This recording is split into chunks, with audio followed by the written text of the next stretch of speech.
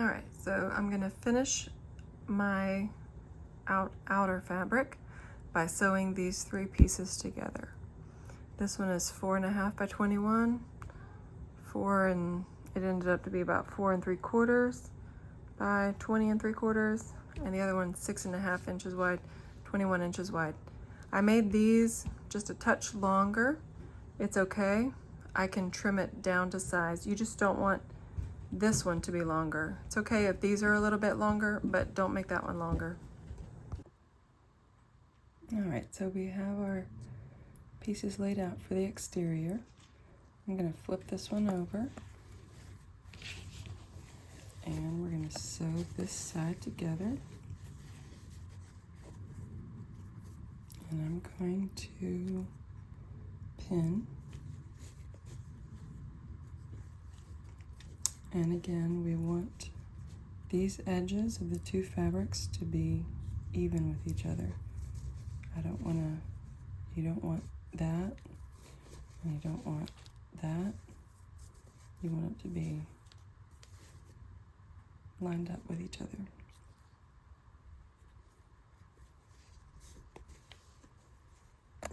Branch seam allowance, so we're lining the fabric up with the edge of the foot here.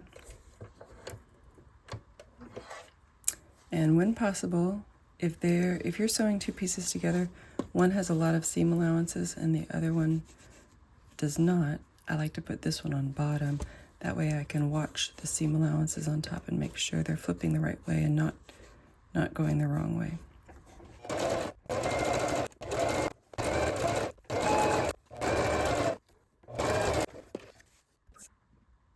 First we'll press the seam flat.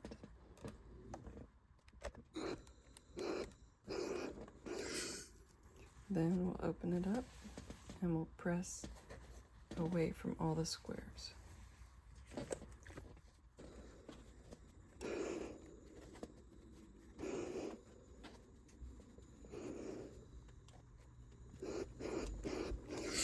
And then flip it over, press again from the front.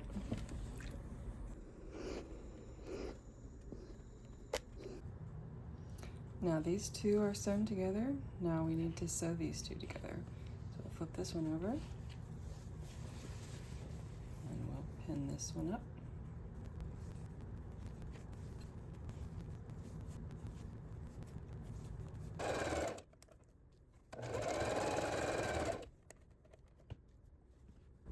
On this side, it's going to be easy for these seam allowances to get flipped the wrong way when you go over them. So when you sew, come up close to the seam allowance and then hold it in place until it gets under the foot, so it goes the right way when the foot goes over it.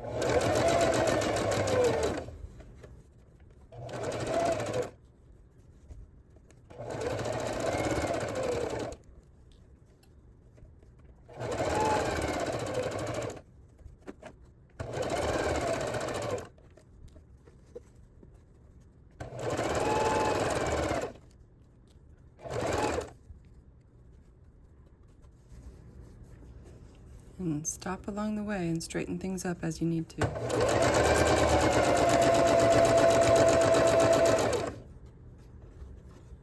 If you see things getting off track like that, put the needle down, pick up the foot, you can straighten it up, put the foot back down, and finish sewing.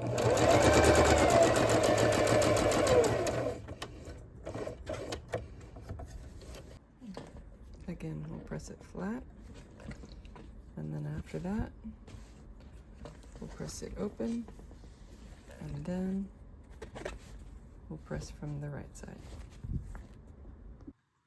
All right, so we have the front of the exterior, and then the inside, this will be our lining, and then this is a fusible fleece. It's soft and fuzzy on this side, and then it's bumpy and rough on this side.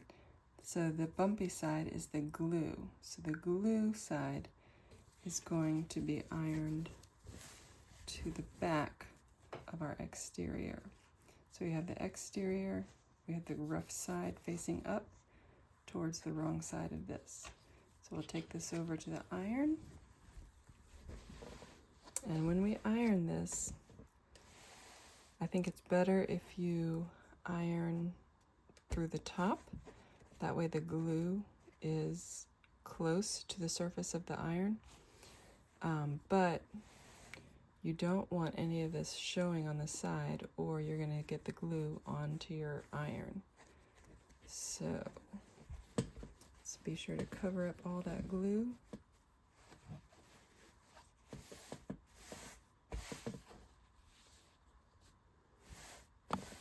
And then we're going to press about 5 to 10 seconds with no steam.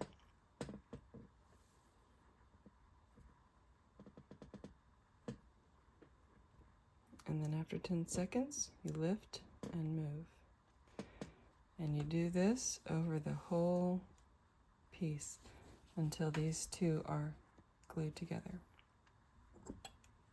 All right, so I ironed the fusible fleece to the back of our exterior.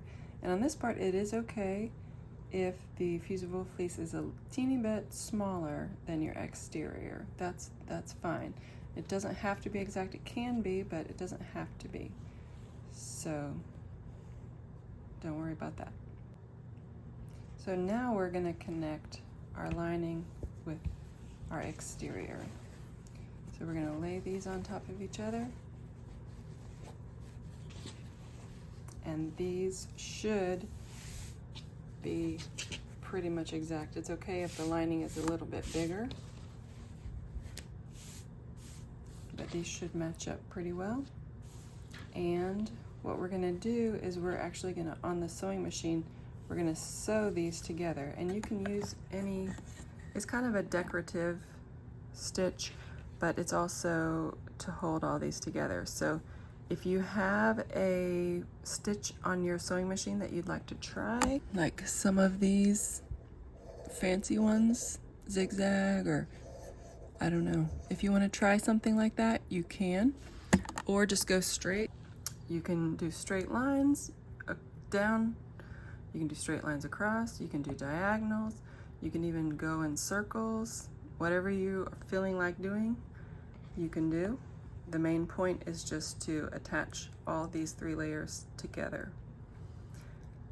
To keep, but if you go to the sewing machine and start sewing, what you'll probably find is that these 2 pieces are going to get misaligned. They're going to go crooked. So to keep those straight and on top of each other, we're going to do some quick little hand sewing to hold it all together before we take it to the machine. So when we sew these together, you're going to need a long piece of thread, and you don't really have to tie a knot, and you take nice big stitches.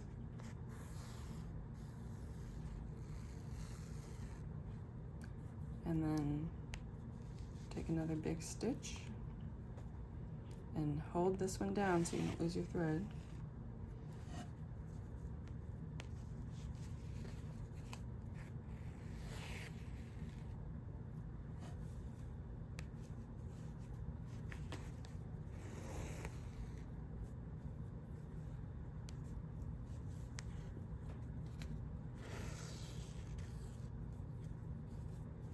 And then we'll go across like that several times, probably 5 times across. Okay, so here it is basted together with these large stitches. So now I'm ready to go over to the machine and sew all 3 layers together. Okay, I'm gonna quilt this one, and I think I'm just gonna do random stripes across. They don't even have to be straight, they can be curved. They can be straight or curved or slanted or whatever. What I've found is if I try to make everything like super perfect, it's really hard to do and it doesn't end up looking perfect. So might as well just make it imperfect and don't even try to be perfect. That's my philosophy. All right, so here's the finished quilted piece, all 3 layers together. I just kind of went across and across and across, kind of broad, big first, and then I went back again a little closer to fill in some spaces. Just kind of went back and forth. So it takes a while, and you might run out of bobbin thread. And then when you're done, you have to trim off all the strings to make it look neat. But it's done now, ready to put in the zipper.